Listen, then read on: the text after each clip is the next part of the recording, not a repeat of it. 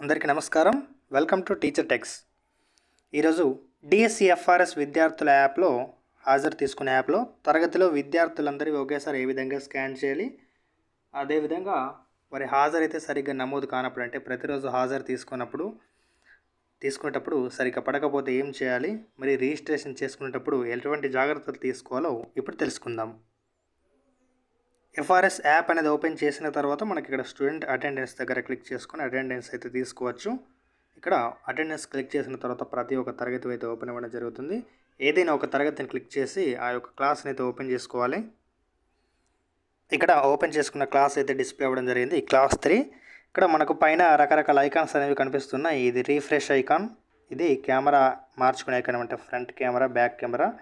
ఇక్కడ వచ్చేసి ఇది గ్రూప్గా తీసే ఐకాన్ ఇది. దీనిపైన క్లిక్ చేసి మనం అందరి గ్రూప్ ఫోటోలు అంటే తరగతిలో ఒక 20 మంది విద్యార్థులు ఉంటే వారందరివి కూడా దీని ద్వారా స్కాన్ చేయవచ్చు. దీన్ని ప్రెస్ చేసిన తర్వాత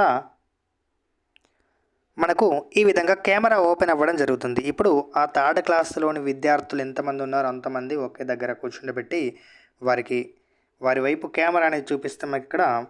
ఇక్కడ కెమెరాలో చూపించిన ఫేషియల్ విద్యార్థులందరూ ఇక్కడ మనకు నెంబర్ అయితే డిస్ప్లే కావడం జరుగుతుంది. ఇక్కడ 1, 2, 3 అనేది మనకు ఒక 20 మంది విద్యార్థులు ఉంటే ఒకసారి 15 అనేవి కంప్లీట్ అయితే, లేకపోతే 16 అనేవి కంప్లీట్ అయితే మిగతా వాళ్ళు కొంచెం ఇబ్బందికరంగా ఉన్నట్లయితే ఇక్కడ వెరిఫై అయితే చేసుకోవాలి. ఇక్కడ వెరిఫై బటన్ క్లిక్ చేసి వెరిఫై క్లిక్ చేసుకున్న తర్వాత మనకి ఏదైనా ఒక విద్యార్థిని అడగడం జరుగుతుంది. మళ్ళీ వాళ్ళు స్కాన్ చేసి మీరు సబ్మిట్ చేస్తే మీరు చూసుకోవచ్చు. హాజరు పడ్డ విద్యార్థులందరివి కింద చూపిస్తాయి, మిగిలిన వాళ్ళందరివి పైన చూపిస్తాయి.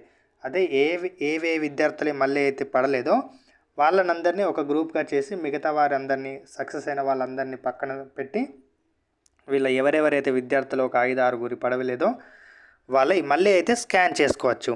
అయితే ఈ విధంగా స్కాన్ చేసేటప్పుడు ఒకవేళ ఏదైనా ఒకరిద్దరు విద్యార్థులు అసలు పడకుంటే మరి ఏం చేయాలంటే, కొంతమంది విద్యార్థులవి మనం స్కాన్ చేసేటప్పుడు బ్లరీ ఫొటోస్ కానీ కొంచెం వెలుతురు సరిగా లేకపోవడం కానీ ఉండడం వల్ల ఇటువంటిదైతే మనకు ఎదురవుతుంది.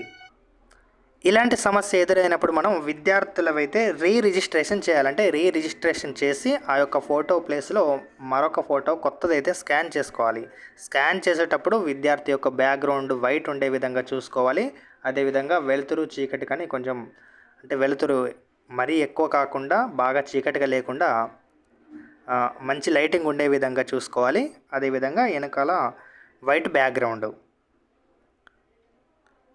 ఈ యొక్క యాప్లో రిజిస్ట్రేషన్ ఏ విధంగా చేయాలో మనకు ఇదివరకే వీడియో అయితే చేయడం జరిగింది. ఛానల్ పేజ్లో అయితే ఉన్నది, నేను డిస్క్రిప్షన్లో కూడా లింక్ ఇవ్వడం జరిగింది. ఈ యొక్క వీడియోని అయితే చూడండి. అయితే మనకి ఇక్కడ రిజిస్ట్రేషన్ చేసేటప్పుడు ఈ ఫేస్ అయితే ఈ విధంగా మనం చాలా దూరం లేకుండా ఇట్లా మనం హెడ్ అయితే మనం ఎక్కువ ఫోకస్ అయ్యే విధంగా నేను ఇక్కడ చూపించినట్టయితే ఇలా ఉండేటట్లయితే విద్యార్థిని నిలబెట్టి మనమైతే స్కాన్ చేసుకోవాలి. అయితే ఇక్కడ విద్యార్థివి స్కాన్ చేసేటప్పుడు ఇక్కడ రౌండ్ షేప్లో ఇట్లా ఈ సర్కిల్ని ఫిల్ అయ్యే వరకు అయితే మనం స్కాన్ చేయవలసి ఉంటుంది.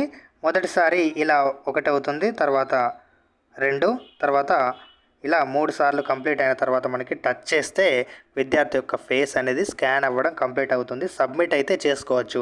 అయితే ఇక్కడ ఈ సర్కిల్ ఫిల్ చేసిన తర్వాత మీరు చేయాల్సిన ముఖ్యమైన పని ఏంటంటే, విద్యార్థిని సర్కిల్ ఫిల్ అయ్యేంత వరకు కళ్ళు మూస్తూ తెరుస్తూ ఉండమని చెప్పాలి.